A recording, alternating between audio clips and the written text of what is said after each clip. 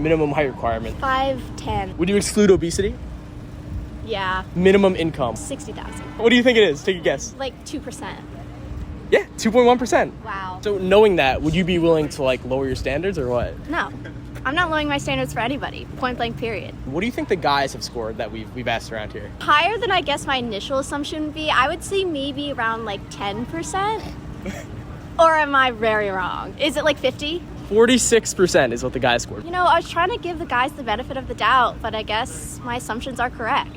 How short is too short? 5'10", but I'd prefer like 5'11", 6 foot. But I just want someone like a little taller than me, so like 5'10". How short is too short? Basically, if you're under 6 foot, I don't want to talk to you Why not? because you're too short. How tall are you? I'm 5'7". Anything under 6 foot is no go. Yeah. How short is too short? Anything within like the 5 range is like too short. I don't know. I'm like 5'6". I don't want my boyfriend being like the same height as me. I mean, my boyfriend's 6'5". How short is too short? I'm 5'6", so honestly, if they're 5'6", I think that's too short. Taller than me. Keeping it simple. Yeah. How short is too short? For a guy, Obviously. I'm gonna say 5'6". I can work with 5'7". I'm 5'2", and so if I need to wear heels, I don't want to be taller. One of the things Brian has asked girls, he goes like, okay, so what kind of guys do you like, right? Girls like tall guys, ideally make a decent amount of money. Oftentimes, like Deborah said, it's above 6 foot tall, right? And if you look up the female delusion calculator and you look at the amount of dudes that are above 6 feet tall that make, $90,000 a year or up, it's like less than 1% of the population, okay? So you have women saying, hey, this is what I want. 99% of men do not fit that standard, okay? And so you say, well, it's the below average guys that, they can't get laid. Literally 99% of men do not fit in the average woman's standards for what they want in a partner. Do you see the problem?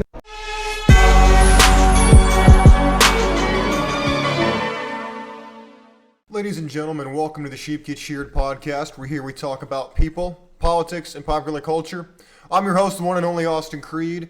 Ladies and gentlemen, today we're talking about people, and those people mainly being women. Now, I want to say this out the gate. This is not meant to belittle women, attack women, or justify anything. This is meant to be a wake-up call for us gentlemen out here in these streets, okay? Now, I'm going to take a stance that I haven't really heard anybody else take. This is a unique take. So here, I want to make a statement today.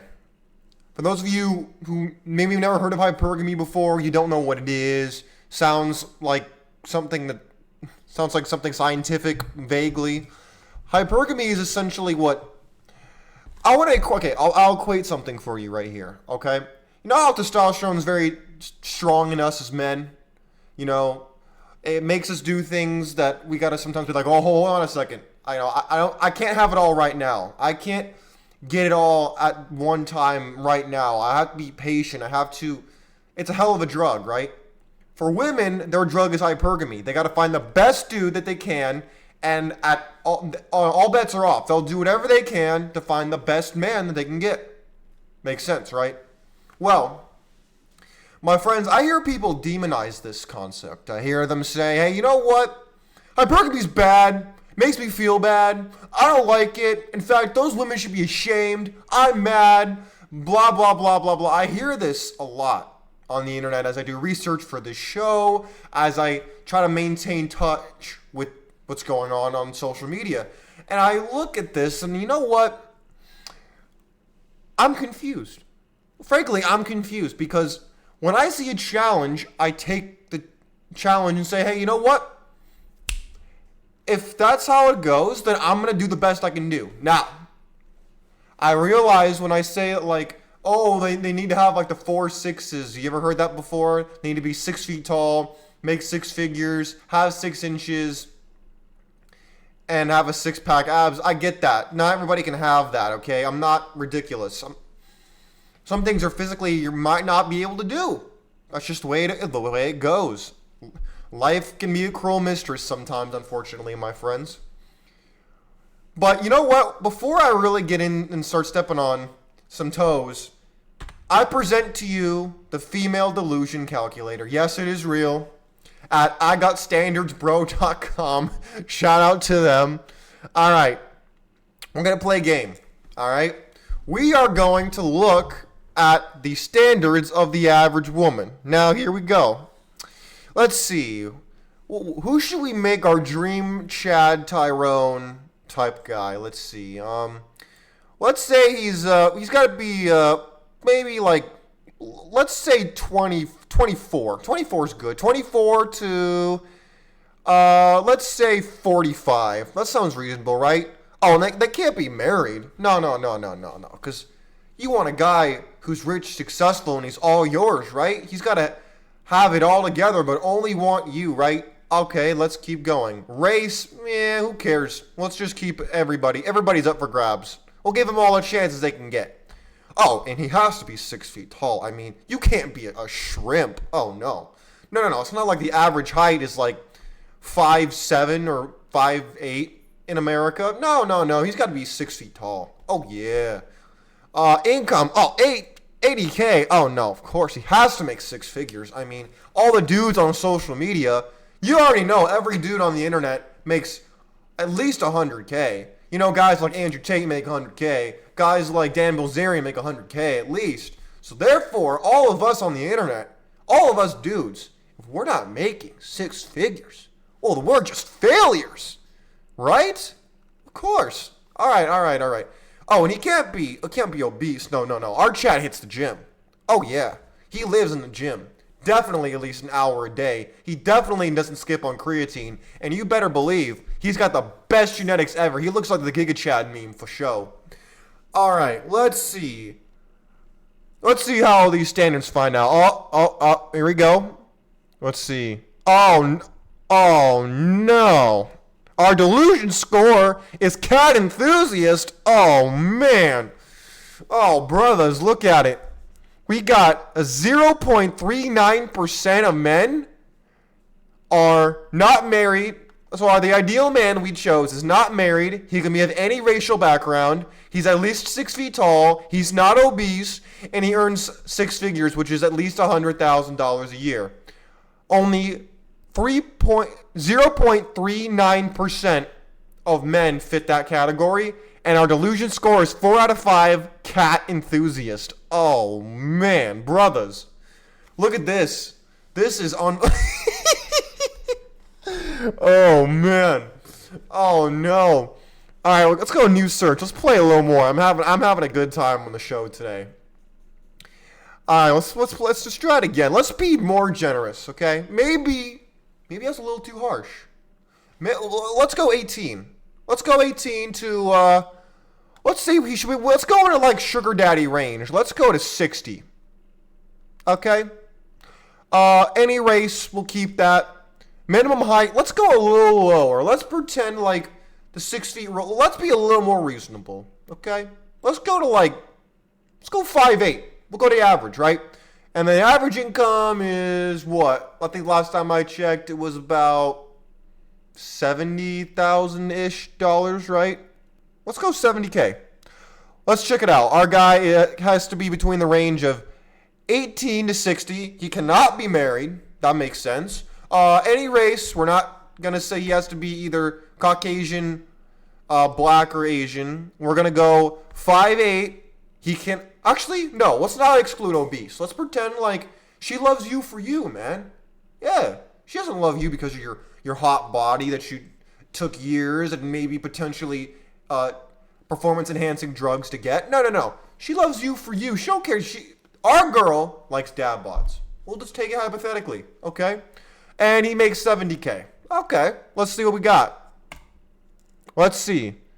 Oh no, only 5.3% of men, according to statistical data from the U.S. Census Bureau, only 5.3% of men fit this category. Oh, man. Oh, well, look at that. We only got a 3 out of 5 score this time. It says aspiring cat lady. I mean, that's not too bad, right? But, gentlemen, this just gives you a sense of if you fit within this category, you gotta realize that you are actually a lot higher on the totem pole than you think. Brothers, if you think that you are on the bottom of the totem pole, but you're not married, your race is irrelevant. Let's say you're 5'8", average-ish height. You're any weight, you could be obese, no one cares. But let's say you make $70K. Again, it's the money. The money is the factor that really is the oddball here. I'm gonna make a statement here. The kind of standards we saw at the beginning of the show today with, oh, he's got to be 6 feet. Oh, he's got to make this amount of money. He's got to be this long in the bedroom, and he's got to have a six-pack. My friends, the one that matters the most is the money. I will bet you right now that if you got your money right and you started making money, you were winning out here financially, women would not care about anything else. As long as you can come out here and say that you got money, they don't care. She is out of your price range, not out of your league, my friends. I would make that assertion right now on the show today. But that's why I'm telling you, hypergamy is good.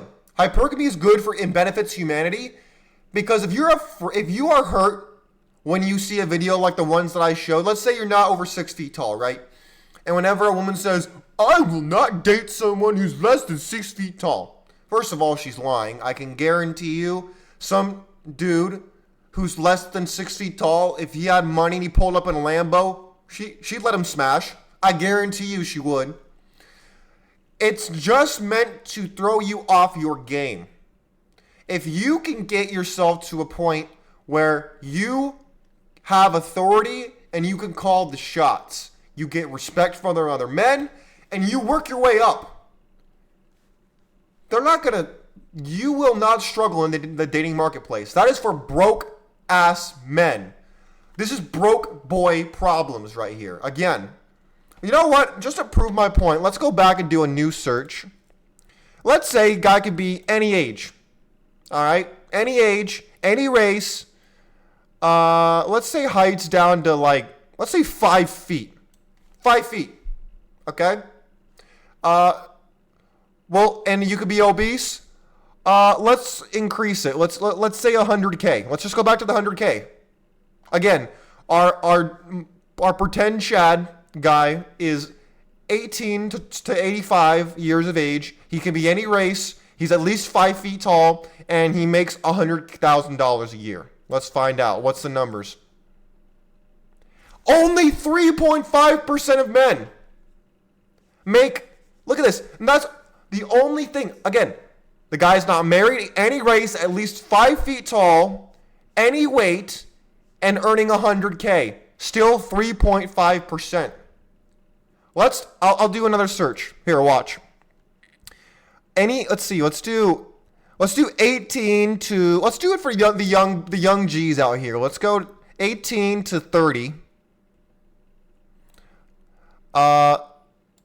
Exclude married, any race. Let's say that he has everything but money. All right. Let's say the guy has to be, let's say 6 feet. Okay.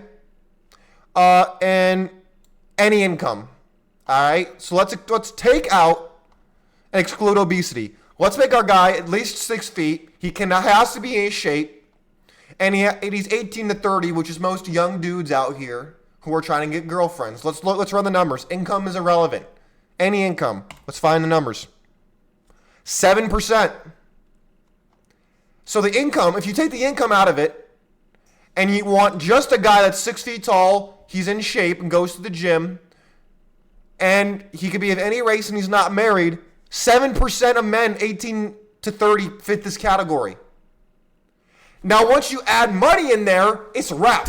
It's done. Once you add money in there, it's a wrap. It's a rap ski. It's over. Because guess what? Let's add it. Again, this is meant to show you what I'm talking about. Let's add the money. Let's say you're just getting out of college and you're making, let's say, 50K. 50K a year. Let's go find that. Boom. 1.2% of men. 1.2% of men fitting the categories we had before, where he was in shape, went to the gym, was 6 feet tall. Before he could make any amount of money, it was like 7%.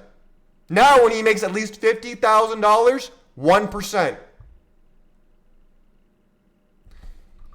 My friends, money is the big deciding factor here. It is not the height. It is not the weight. It is not your race. It is not whether you're married. This is the big game changer. It's the money. Once you get your money right, it's a wrap. Your whole life will change. You will not feel like you're garbage or like you're not valuable on the dating marketplace, because you are. You just need to put some money, put some digits behind yourself, and then boom, all of a sudden, you become a great option. Now, I want to talk to those of you out there who are trying to broke date. I don't care how old you are. I don't care what your excuse is. Stop broke dating. Stop dating or trying to get laid if you cannot keep your bank account up. Let me tell you something. If you have less than $1,000 in your bank account, you should not even think about women. If you don't have at least $5,000 in the bank, do not go on dates. You can't afford it. Don't do it. If you have less than $10,000, $10,000 could change your life. If you have less than $10K in the bank or in assets, do not date. You are throwing your time away chasing tail when the girls you're chasing are chasing dudes who have the money that you don't have. You think I'm making it up? Go look it up for yourself. I don't make this stuff up. Trust me, I wish I could tell you. Just go out there and you'll find a woman who loves you for you. She only has eyes for you. She ain't never been with anybody. She's out here just, she's been waiting for you, and you're the one. I wish I could tell you that. Statistically speaking, odds are not in your favor. My friends, I want this to be a wake-up call for you. I want you to win, but you need to stop getting your priorities out of order. Our ancestors didn't live as long as us, so they had to prioritize this earlier on. We are living longer than ever before. So we have the same software, but we don't have the same environment. We're not living in the same world in the same time. You need to get your money right, and you need to get a nest. Let me tell you something. Do you see birds in trees trying to lay eggs and settle down without a nest? No. Without food? No. And yet, I see dudes out here on the internet talking about how they don't have a house, they don't have a car, but they want a girlfriend. Can somebody make that make sense for me, please? I'm going to be honest with you. I don't even know how you get hard if your bank account is at zero. I don't know how you get hard if you don't even have a place to lay your head at night or you're couch surfing. I don't know how you get hard if you open up the fridge and it looks like a tomb. I don't know how you get your schmendrick up. I don't know how you do it. I couldn't. You are thinking with the wrong hemisphere. Think with the northern hemisphere, not the southern, and your life will improve. Hypergamy benefits humanity because it makes you level up. It makes you become better than you are right now. Because let's be honest, if you just were saturated with punani, if there were girls around you 24/7 giving it up to you whatever you wanted, would you go out there and do a whole lot with your life? Probably not. If you could literally just be like, "Hey, yo, girl, get over here and get on my lap," and then she'd do it. Do you think you go out there and try to make a lot of money? Do you think you go out there and try to hit the gym? Probably not. Some of you might. Most of you probably wouldn't. But that's my point. That's why it's necessary. That's why they do that, because they're supposed to do that so that their offspring is stronger. Your children are better, stronger, faster, taller, better than you are to make the species stronger. That is their job. Their job isn't to make you feel good. Their job is to provide what's best for themselves. Just as your job is to be the best man you can be. That is your job. Your ancestors didn't sacrifice and suffer so that you could subsist on the bare minimum. No, they didn't. I don't care what racial background you have, what ethnicity you are. Your ancestors suffered and sacrificed for you to be where you are. Some of you may have a rich family and some of you might come from nothing. It doesn't matter. They all sacrificed for something. And if you think that you're going to sit there on your fat behind and do nothing and complain and whine and, oh, the life's not fair. It should be fair, but it's not. If life was fair, a lot of us wouldn't exist. And if you wanted to sit here and tell me that somebody owes you something while your ancestors probably subsisted on next to nothing and made it work, I got nothing to say to you. My friends, I think I made my point. My friends, I want to tell you something. I hope this encouraged you. I want you to improve. I want you to be better than you are right now. Because if you do that, if you improve even a minuscule amount every day, you will see results with the months and the years and the decades that will follow. Do not waste this time in your 20s, in your teens, in your 30s. Don't waste this time. Because the men who do tell me that they're like, you know, Austin, I didn't think that, you know, I was gonna have these problems I have. I didn't think I was gonna have these aches and pains. I wish I had done this when I was younger. I wish I'd started sooner. I've heard men tell me this. And I don't want you to be one of them. I want you to look back and say, I am so glad that I didn't slack off. I am so glad I didn't waste my time chasing tail. I am so glad that I put in the work, because my work is producing results. My friends, God bless you. God bless your family, and God bless America. We're out of here. Enjoy your weekend. Peace.